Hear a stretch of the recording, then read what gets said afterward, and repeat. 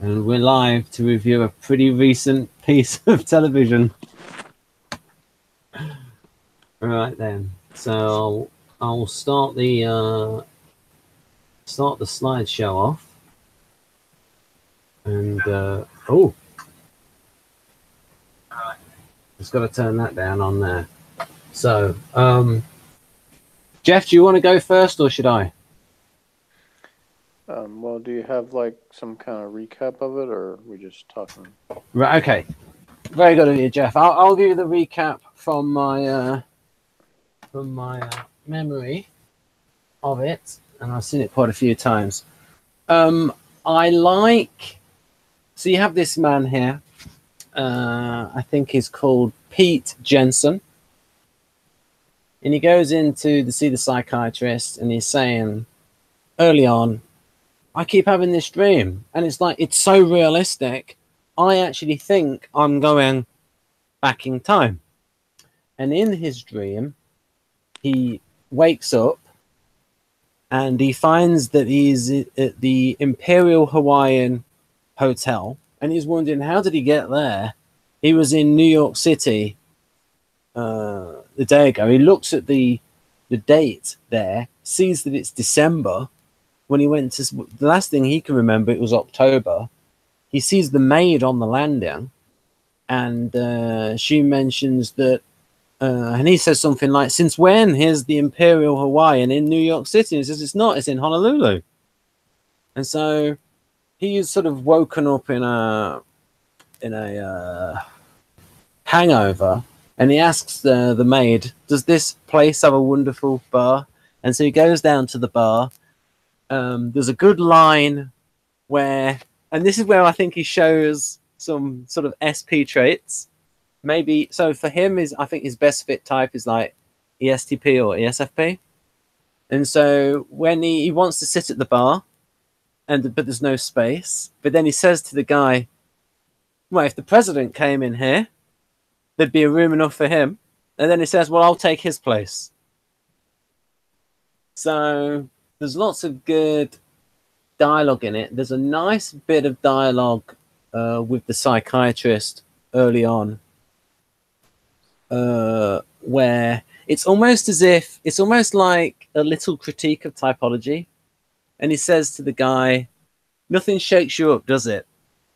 I can see you coming in, looking at the cut of the flows, taking inventory of the language, sitting back, putting everything I say into pigeonholes. This fits here, this fits there. You think you've got me pegged, don't you?" That kind of stuff. And then he meets this young couple, and there's some confusion over the drink. She accidentally takes his drink. And he says, "Where are you birthed?" And he says, "Oh, I'm in the Arizona." And to him, from 1958, the Arizona, it got sunk at Pearl Harbor. And when did they dredge her up? And then he realizes, and then he sees a newspaper that says Jap envoys to FDR or something like that, or to US. And then he realizes that he's back in time. He grows fond of this couple. He doesn't want this guy to die on the ship, so he's trying to warn them, hey, don't go on there. But they think he's crazy. In this scene here, he goes to the editor of one of the local newspapers in Hawaii, and Honolulu, and they don't believe him. They get ironic with him, and they'll say things, "Right, we'll call the president, we'll call the military, and you can lead the charge." And there's a lot of aggression with that. A lot of, I think, maybe ESTP stuff. He's quite aggressive, and the barman is quite aggressive as well. And there's one point he's about to reach a bottle. It looks like to whack him, and the young ensign of the ship, the one on the Arizona, sort of stops him. Then we have this scene here, which is that was quite funny when he said "buy bonds," which is a reference to World War II, where they have him with the psychiatrist, this guy with that expression on his face in the foreground with a pencil, he's thinking that he's telling the truth because he mentioned Dwight Eisenhower being president, and he said that he was on the general staff, and he would think, how would he know his name? So then he wakes back up in the psychiatrist's office, or retells the tale, and then he says that the movie ends just right there, just as the airplanes are coming over, the Japanese airplanes, and that's when he wakes up, and then he says something like, "But I feel that the movie, that the dream should have gone on longer." Then what really gets the psychiatrist thinking is that he said that, well, this young ensign, I got his name. It's almost like Janowski or something. And what he did is he found the name in the state, and he got his mother. And he said that the mother told him that both of them had died at Pearl Harbor. So it was like, how could he know that information unless it was true? And so then the psychiatrist is there with him, and he's now laying on the couch, and he's having the dream, and it goes past, and then what he does is, like, to seed the idea in the audience, he then do a little bit of logic, and he says things like, well, how can you go back into the past? Because if you did something, you wouldn't be around now. And I think he has the idea of, and then so psychiatrist does this explanation about changing time. Little things are set up where they were talking for so long, the ashtray was filled with lots of cigarettes, and the lighter of the cigarettes was expended. It was empty. But then he's watching the guy there. What happens in his dream is he's at the window. It then carries on a bit further, and he's shot by the Japanese airplanes. Then he disappears from the bench. And so because that happens, presumably, what the guy has done is he has shifted into a parallel universe where this guy doesn't exist, but he has the memories of it from that other universe. And when he goes over to the desk, the lighter is still full of fuel, and you've still got cigarette stubs in the ashtray. Then what he does, right at the beginning of the show, he mentioned that he used to tend bar at Andy's. And so he then goes to Andy's for a drink, this bar in New York. And he then, as he's taking a drink, he looks through the glass and he sees a picture of Pete Jensen on the wall. And he said, "Who's that guy in the picture?" Oh, and he said, "Oh, that's Pete Jensen. He used to work here. He died at Pearl Harbor." And that's when he realizes that, oh, this is true. So, Jeff, what do you think of my recap? That was pretty good, I think. Probably the best recap I've ever done. I mean, it's the best recap you've ever done. I actually had, most of those details I remembered. When it came up later, I didn't remember the part about him actually talking about tending bar at the Andy's place. So that one had it confused me slightly because I remembered the earlier scene in the bar, but anyway, I didn't remember he'd said that. So, but I had it accidentally spoiled for me because I was looking. I was confused about whether it was actually a Twilight Zone episode because of what you'd said. So I was looking up the Westinghouse playlist or whatever it was called, Playhouse. Yeah. Just to see that part, and I wasn't reading the plot, but I did stumble over the line that said something about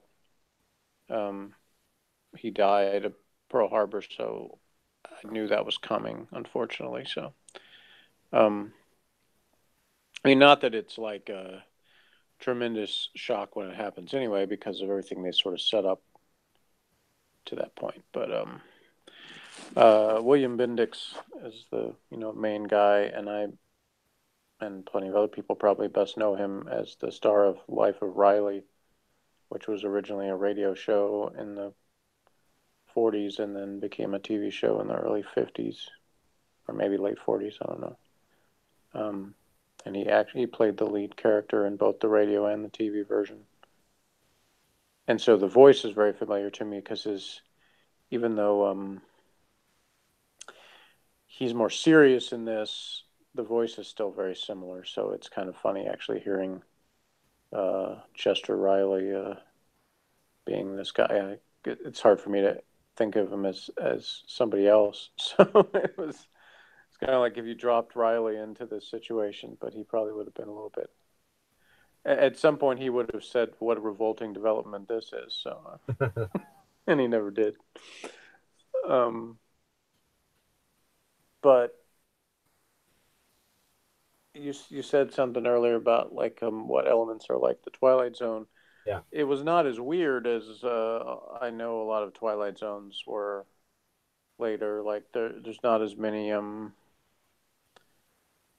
like just odd moments and stuff like that. It's very kind of straightforward in its presentation, even in trying to kind of be like there's this other dimensional quality, but it's still very, for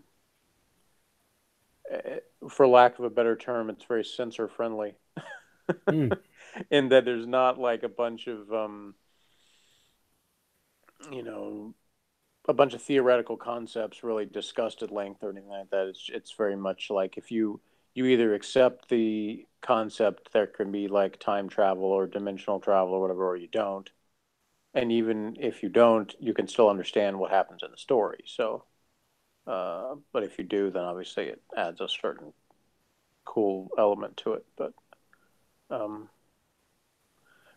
held my attention the entire time. It wasn't. I didn't find it boring or off-putting in any particular way. There were a few things I chuckled at. Some of the dialogue and situations like the fact that they pretty much set up as far as anyone knew in the bar in Hawaii, he was just some rambling drunk guy.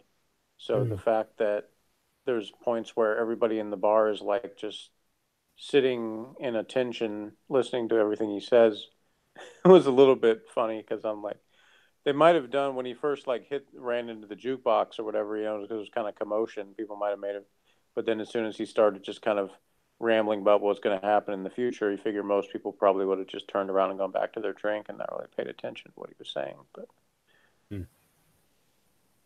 yeah, I think if it were what I always found was brilliant about the Twilight Zone, the few episodes that I've seen, is they get right what I think the new Doctor Who gets wrong, and that is tone.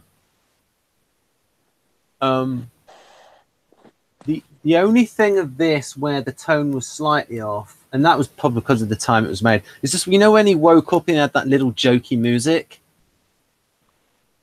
I didn't like that. I think that in terms of William Bendix's, is that his first name, William Bendix? That's his first and last name. Right. Okay. Very good, Jeff. I was thinking that as an actor, when it got to the really emotional moments, we saw his limitations as an actor. So it's like he couldn't like quite play those acting notes. But when he was like doing the quick talking and the aggression, I thought that was very good. What did you think of his performance? I thought it was good. Everybody, to me, when it comes to acting performances, it's there's some that are just like off the chart stellar, where you're like, oh, this was spectacular. But then the overwhelming majority, it's just, did I accept these people as their characters? Was there any point at which they seemed to be out of character, or they didn't seem to, weren't believable in the part? And I didn't feel like anybody in this was ever not believable as who they were playing. So I didn't, I thought all the performances were good for what they were. Do you think there were like a lot of? It's almost like there seemed to be like 3 ESTPs in this. I don't know. I didn't really get enough personality from any of the characters to type them, really, and there wasn't enough information really to do that. I mean, you can make certain guesses about things. Usually, what we've said this before when it comes to types is like often it's sort of a game elimination game. You can figure out types somebody isn't before you can figure out the one that they actually are. Yeah.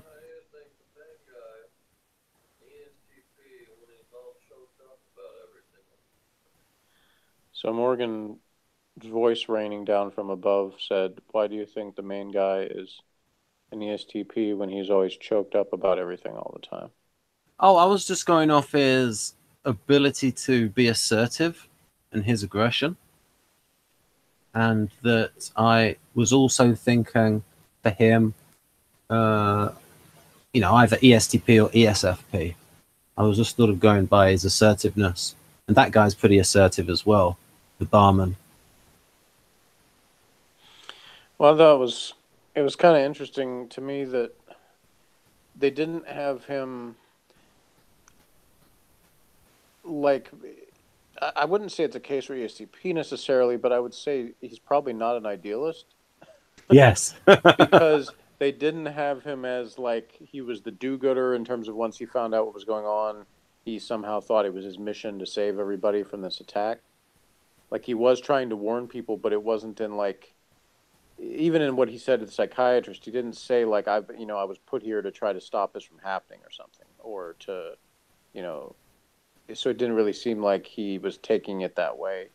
Whereas it's with NFs that kind of tend to have that thing where it's like the whole world's on their shoulders, or like they have to do this. And at one point, like he was trying to see how much money he could make off the deal by making all these bets that he was going to supposedly cash in on. So stupid. So there was a certain amount of pragmatism there, but in general, it was like tough to really say because he was kind of mixed up by the situation. So,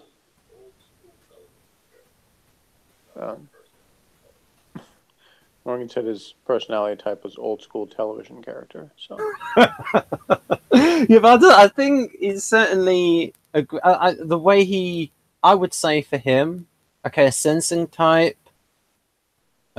Smart, seemed to show some certainly assertive. Yes, his type is not bump on a log, because if he was, then he wouldn't have cared about any of this stuff. He would have just,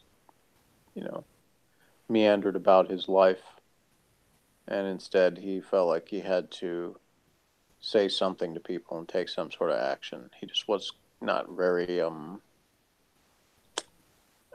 sure about what that should be. Yeah. Which ultimately was what led to his downfall, because he didn't accurately think of, or didn't sufficiently think about what would happen to him, even in a dream state, I guess, as far as like there's airplane bombers attacking, let me go to the window,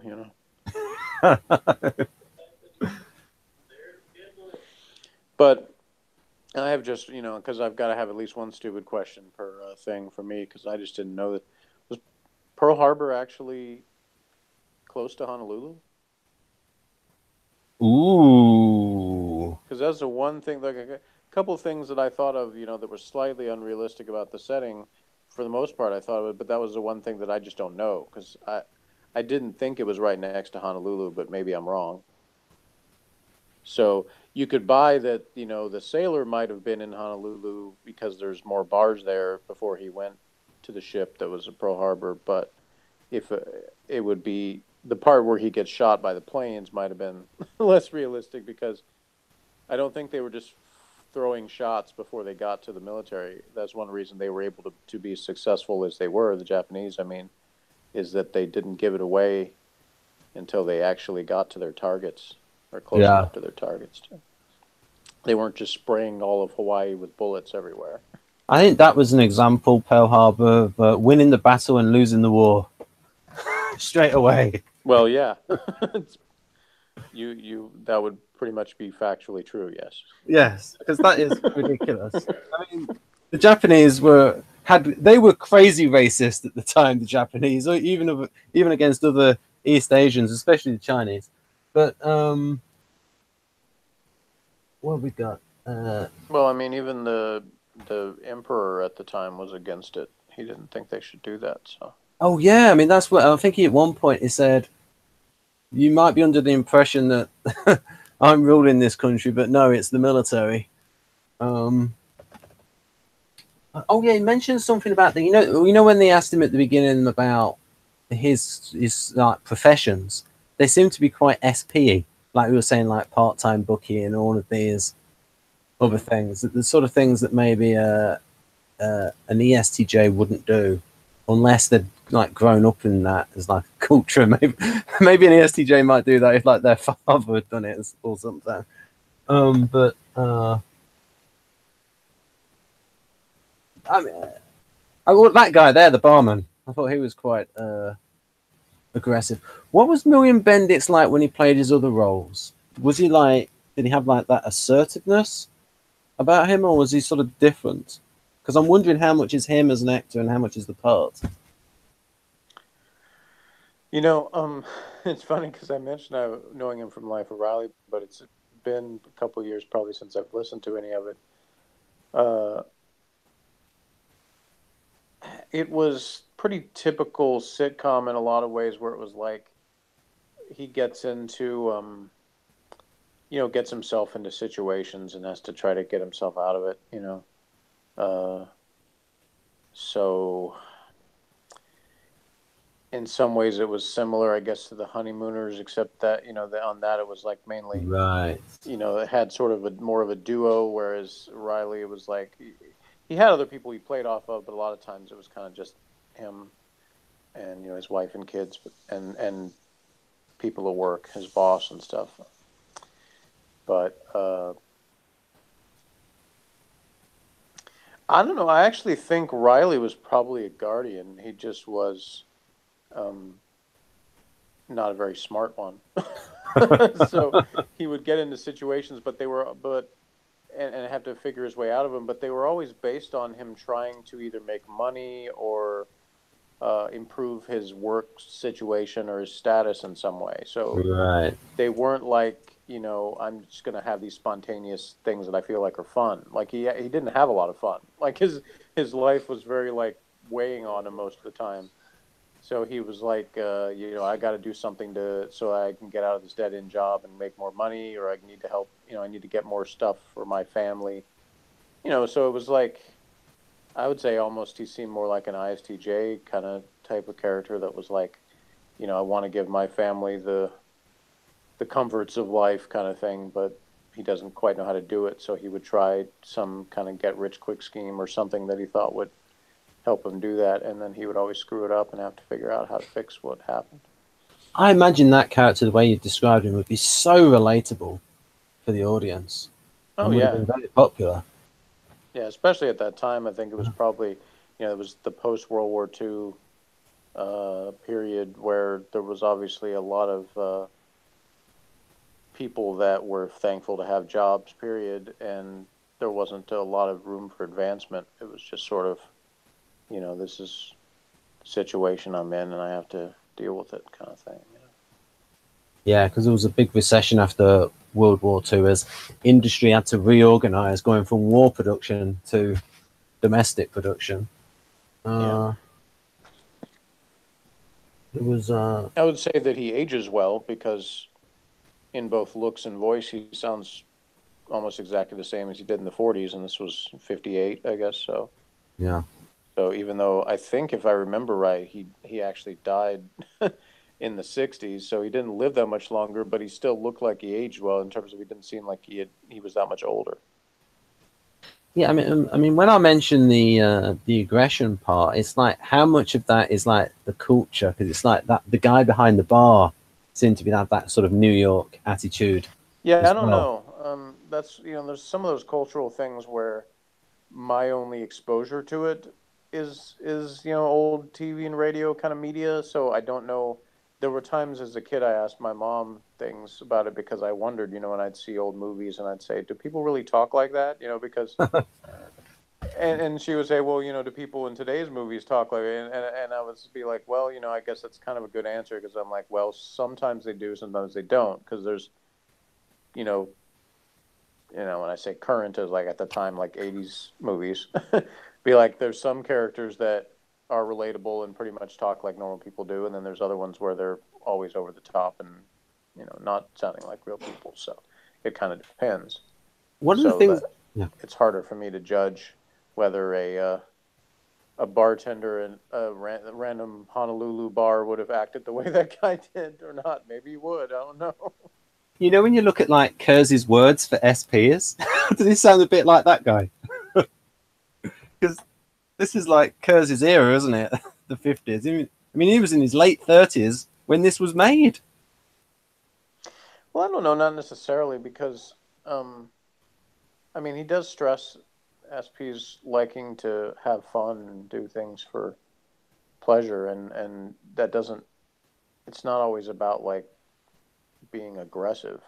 So, I don't know. I wasn't sort of meaning that. I was just like just like the way. I just wondered if, as you said, the way they talk.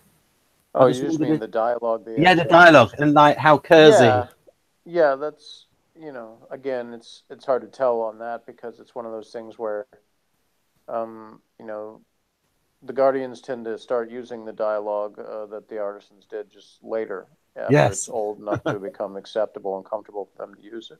Yeah. Do you think so? These days, how long do you think the delay is between SPs and SJs? I About don't 10 know. I years. estimated 5 years a while back because of a particular ISTJ coworker I have that seemed like he would always be quoting the trends from 5 years before, but that was just an estimate.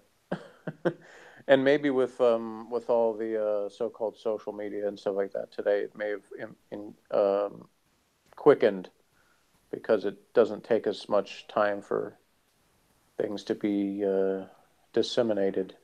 Ah, yeah, I see what you mean because it would be the SPs with the SPs using the language, whereas I think you said that the SJs like to watch the SPs on television. Yeah, yeah. I mean, they keep them in business basically because one of SJ's favorite things to do is scolding SPs for how badly they're acting. So in order for them to be able to do that, they have to actually see it.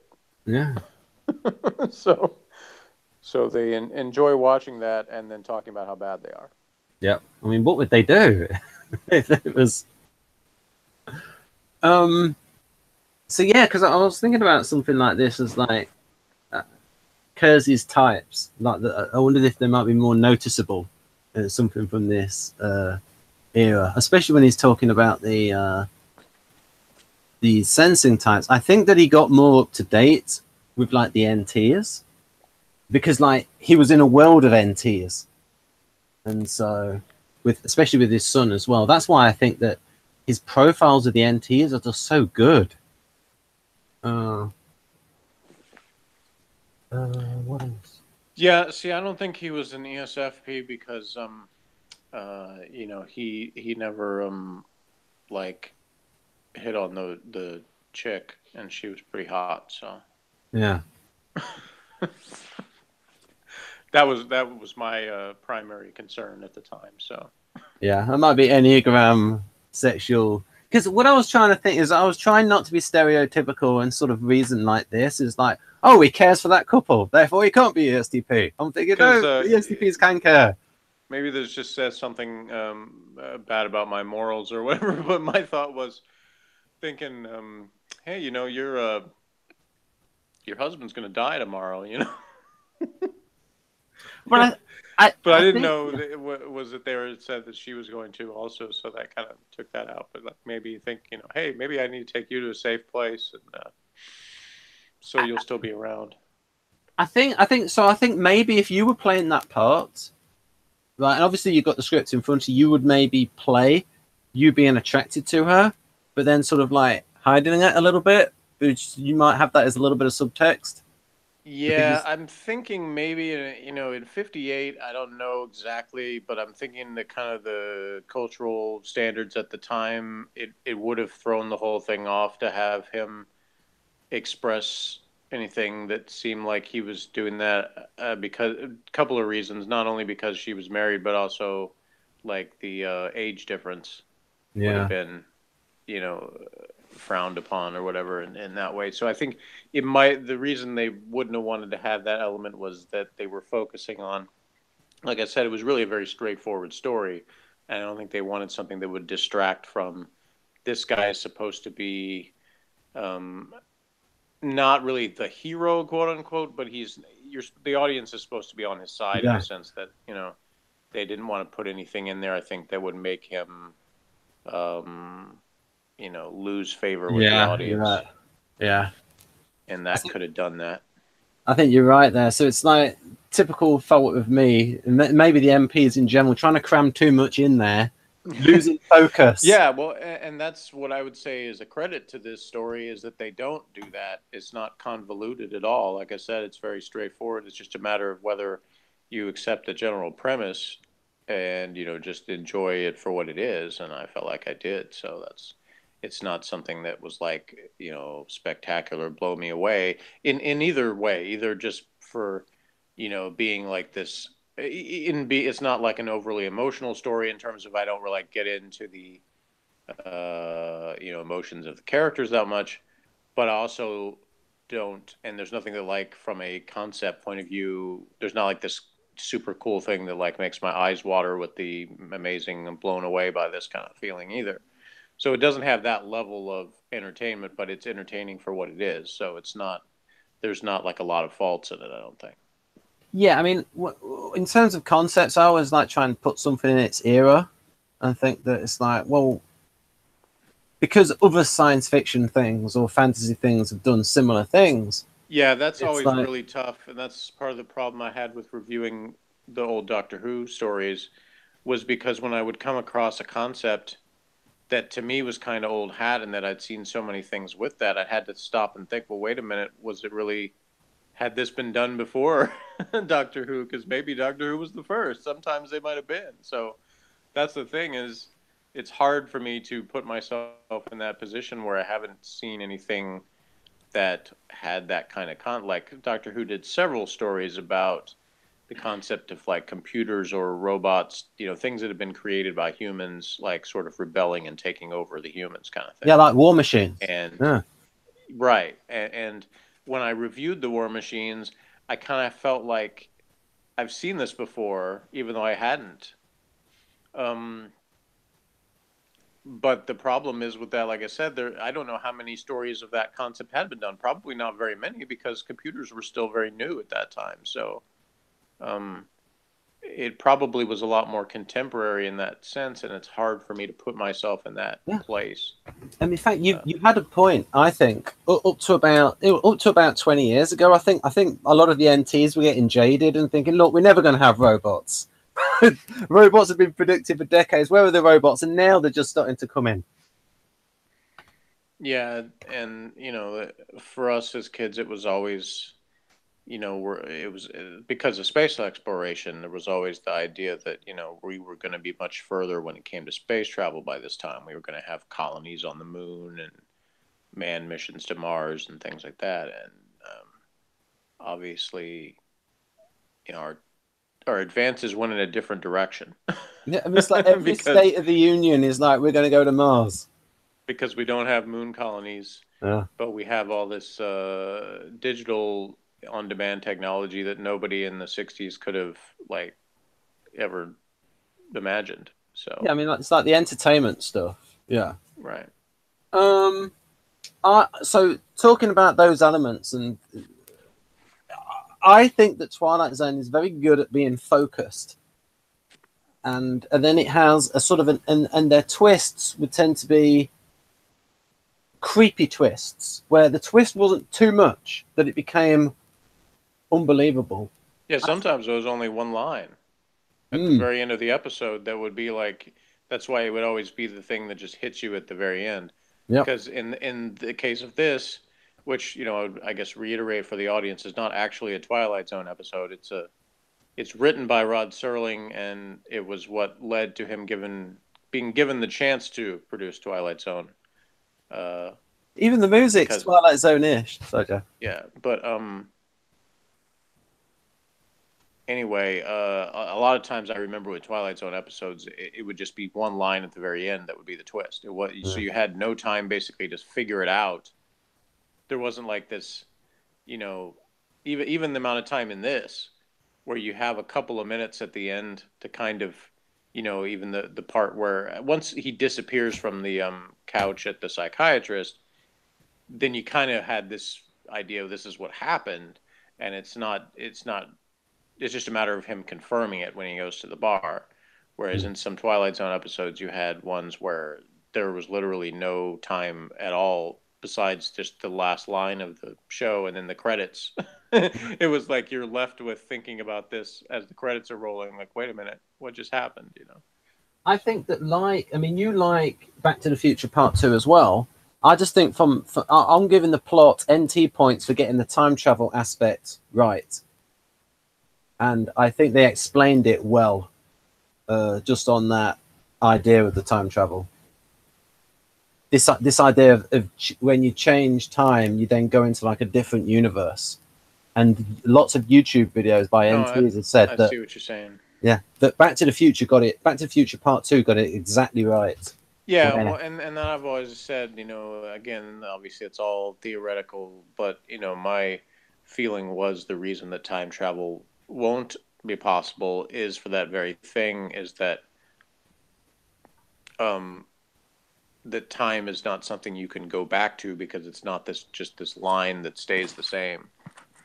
Yeah, you know, that it's basically like by life happening, the things that have changed the old framework of time, so it's not there for you to go back to anymore. Is the way I've always viewed it. I think Doctor Who had a good story where they showed this world. That was Day of the Daleks, where you saw this parallel universe where the Daleks were in charge because of an event that happened. That story was just such a letdown. Yeah.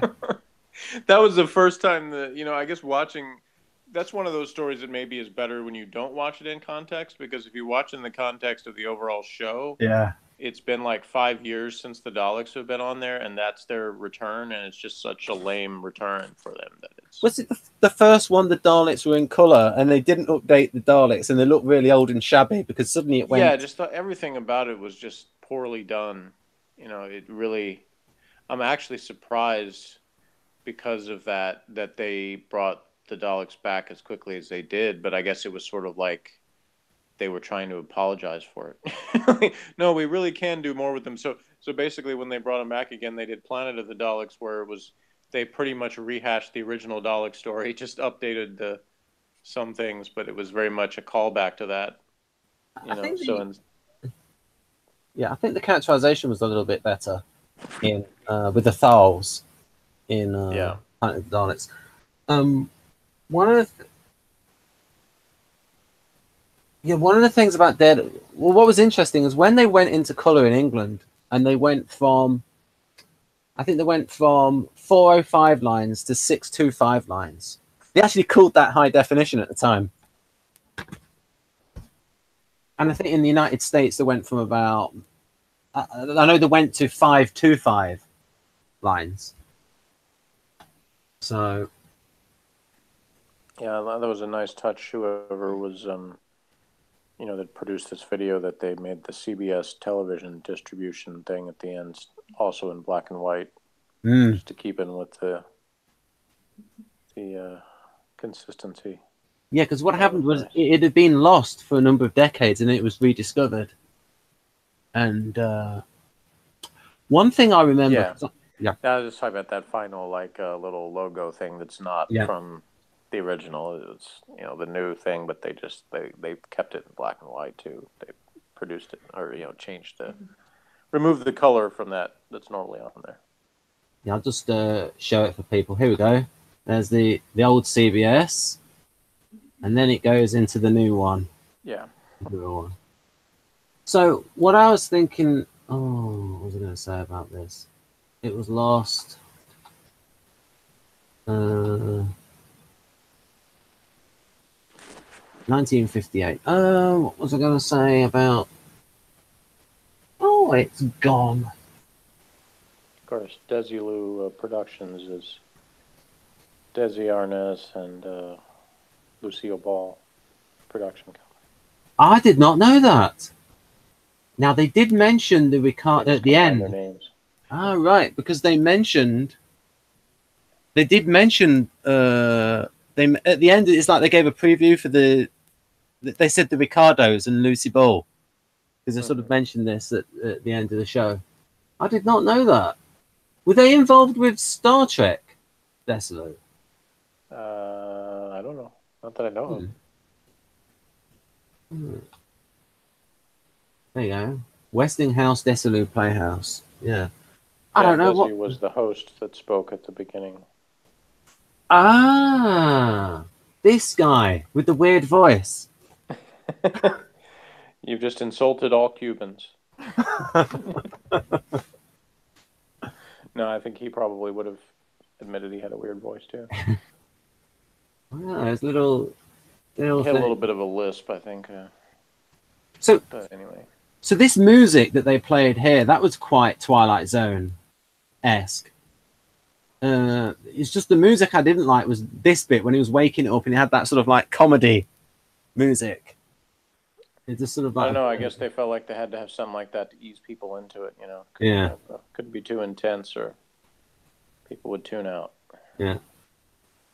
Plus, William Bendix was known as a comedic actor, so maybe they had to, had to ease people into accepting him as a serious character.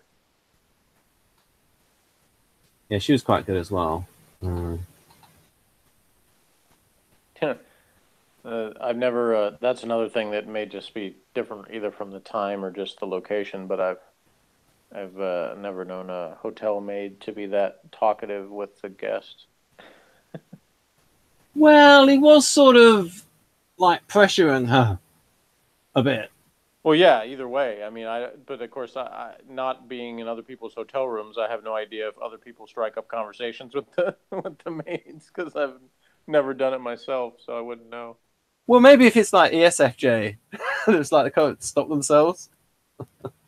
They want to have a conversation with people. So yeah, I thought the plot was tight the way they did it. I thought it was nice and tight and integrated, and everything sort of went. All of the elements were sort of all pointing in the same direction, so it was all integrated. And so, what Pat Patterson would call it, like saying a song, where prosody, where all of the elements are integrated towards one thing, rather than what.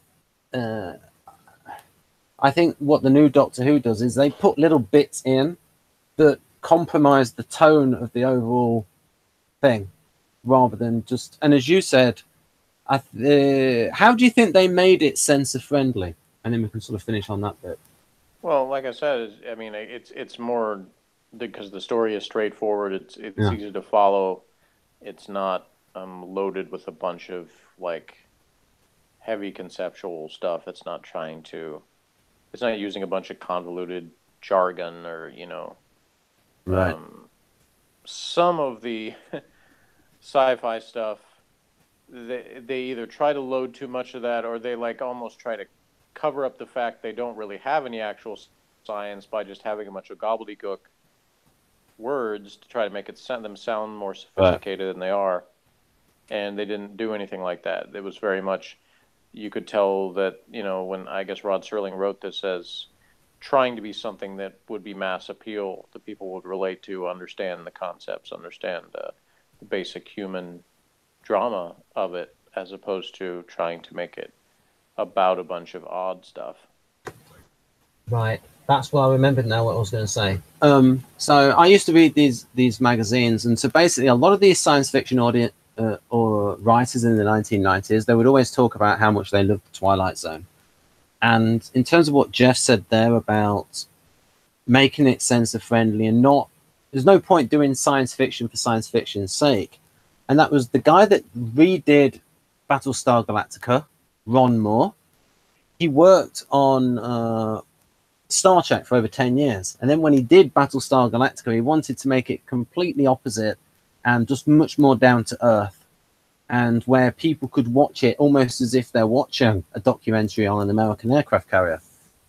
And he wanted to keep the science to a minimum. Right then. Unlike Star Trek, was almost written for ends. Yeah, Star Trek was very weird from the beginning. And the funny thing is, that's still toned down from what Gene Roddenberry wanted it to be.